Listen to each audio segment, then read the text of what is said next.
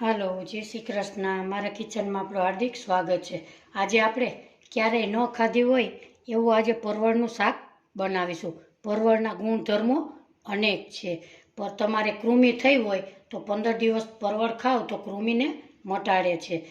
મોઢા ઉપર કરટલી પડી હોય એ દૂર કરે છે.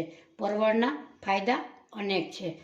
સૌપ્રથમ આપણે આવી રીતે કટ કરી બંને બાજુ અને આવી રીતે થોડી થોડી છાલ ઉતારીશું. વધારે એને ઉતારવાની નથી. આવી રીતે આપણે બધાની છાલ ઉતારી લેશું.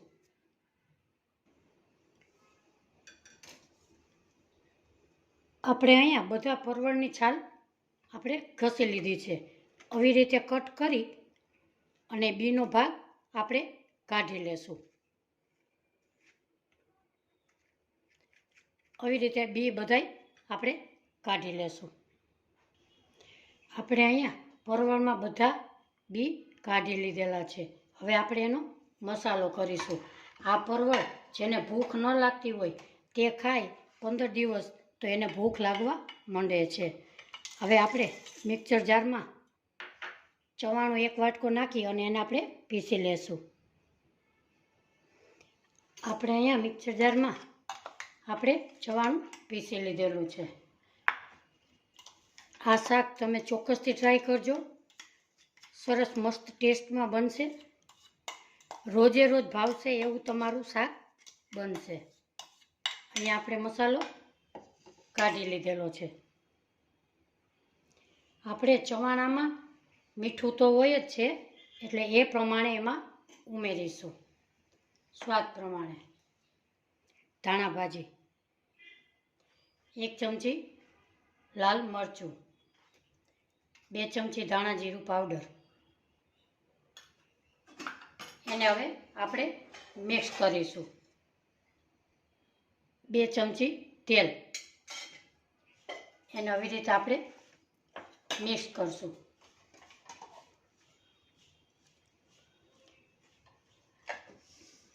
આપણે પરવળના બી કાઢેલા હતા એ પરવળને હવે આપણે એમાં ભરીશું. આવી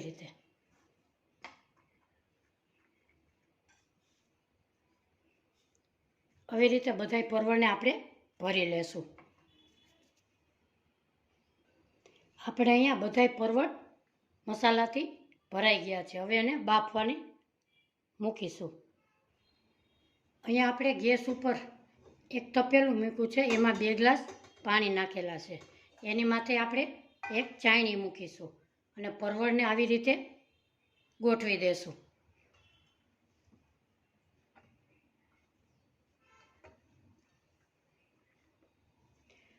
ચારથી 5 મિનિટમાં પરવળ એકદમ સરસ બફાઈ જશે. એની માથે આપણે ઢાંકણું ઢાંકી દેશું. આપણા પરવળ બફાઈ જાય ત્યાં સુધીમાં આપણે ગ્રેવી કરીએ. અહીંયા આપણે 2 ડુંગળી એને આપણે આવી રીતે કટકા કરી લેશું.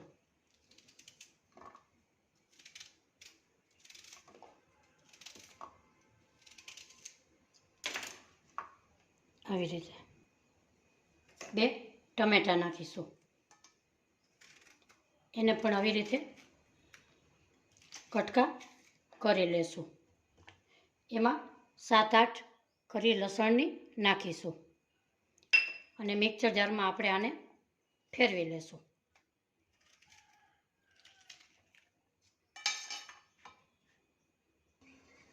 આપણે અહીંયા એકદમ સરસ ગ્રેવી તૈયાર થઈ ગઈ છે.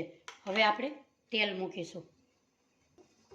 અહીંયા આપણે ગેસ ઉપર એક લોયું મૂકેલું છે. એમાં 3 ચમચી તેલ ઉમેરીશું. મેં અહીંયા સિંગ તેલ વાપર્યું છે. તમે કોઈ પણ લઈ શકો છો. આપણું તેલ આવી ગયું. અડધી ચમચી રાઈ નાખીશું. અડધી ચમચી જીરું નાખીશું. હિંગ નાખીશું. અને આપણે ગ્રેવી કરી હતી એ ઉમેરી દઈશું.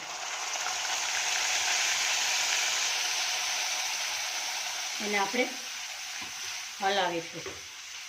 આપણું તેલ છૂટું પડે ત્યાં સુધી આપણે એને હલાવીશું. હવે આપણે એમાં મસાલા કરીશું.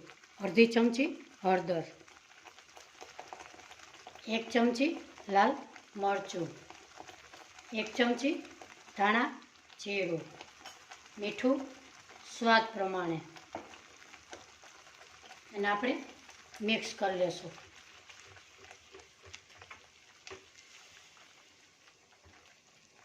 હવે એને 2 મિનિટ પકાવવા દેશું. આપણે અહીંયા તેલ છૂટું પડી ગયું. હવે નાખીશું એમાં પાણી. અડધો ગ્લાસ જેટલું પાણી ઉમેરીશું. હવે એને ઢાંકણ ઢાંકી અને 2 મિનિટ રહેવા દેશું. હવે આપણે જોશું આપણા પરવળ બફાણાશ કે નહીં.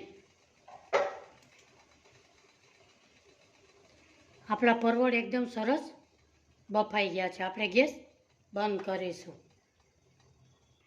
હવે આપણે ગ્રેવીને જોશું. આપણે સરસ તેલ છૂટું પડી ગયું છે આપણે ગ્રેવીમાં. હવે એમાં ઉમેરીશું આપણે પરવળ. આજની મારી રેસીપી જોતા હોય તો લાઈક કરજો, શેર કરજો, સબસ્ક્રાઈબ કરવાનું ન ભૂલતા. આવી રીતે આપણે નાખી અને હલાવી લેશું. આ શાક ખાવામાં ખૂબ જ સ્વાદિષ્ટ લાગે છે. તમે પણ ચોક્કસથી ટ્રાય કરજો અને મારી ચેનલને સબસ્ક્રાઈબ કરજો. આવી રીતે એને 2 મિનિટ હવે ઢાંકણ ઢાંકી દેશું. આપણે અહીંયા 2 મિનિટ થઈ ગઈ છે. આપણે સરસ મસાલો પણ એકદમ સરસ ચડી ગયો છે. હવે આપણે નાખીશું ધાણા ભાજી. એને આપણે મિક્સ કરી લેશું. હવે આપણે એને સર્વ કરીશું.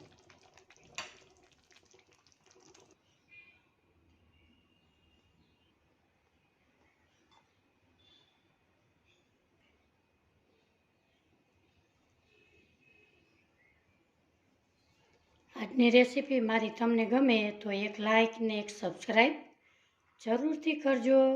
ફરી મળીશું એક નવી રેસીપી સાથે. ત્યાં સુધી મારા જય શ્રી કૃષ્ણ.